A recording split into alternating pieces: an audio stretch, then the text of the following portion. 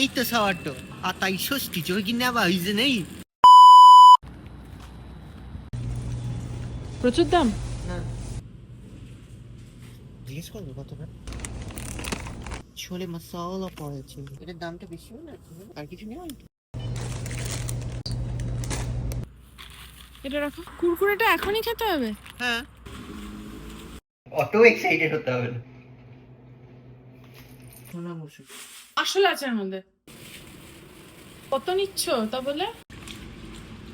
অনেকটাই আছে actually mutton, দেখো। ঠিক আছে না, তুই এখন আবার ওয়ালমার্ট যাবি? টমেটো নেই তো।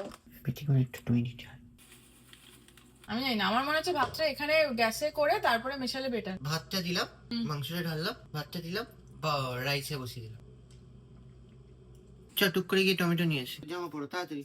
বাধারো আরো দে আয়ুরে। এই তো সাওয়ারটো আর তাই ষষ্ঠী চোখ কিনে আবার হইছে নেই। ফলো কর, ঠিক আছে? আলু আলু আলু আলু ছাড়িয়ে রাখো, আলু ছাড়িয়ে রাখো। এই দেখ, ওই কি? একটু পেঁয়াজ লাগতো, একটু পেঁয়াজ লাগতো। টমেটো ঢুকালি এখানে? মাখার সময় আমি নুন দিই।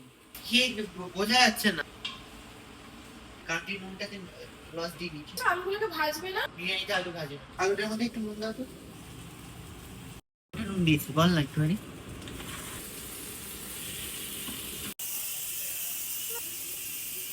খুলবো চালটার ইয়েটা সেই হিসাবে দেবো না?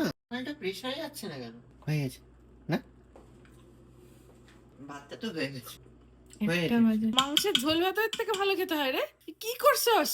আলুগুলো পুরো শক্ত ঢিল। কেমন লাগলো তোমার বিরিয়ানিটা? হ্যাঁ, ওই ওই আমি বলতে পারছি না।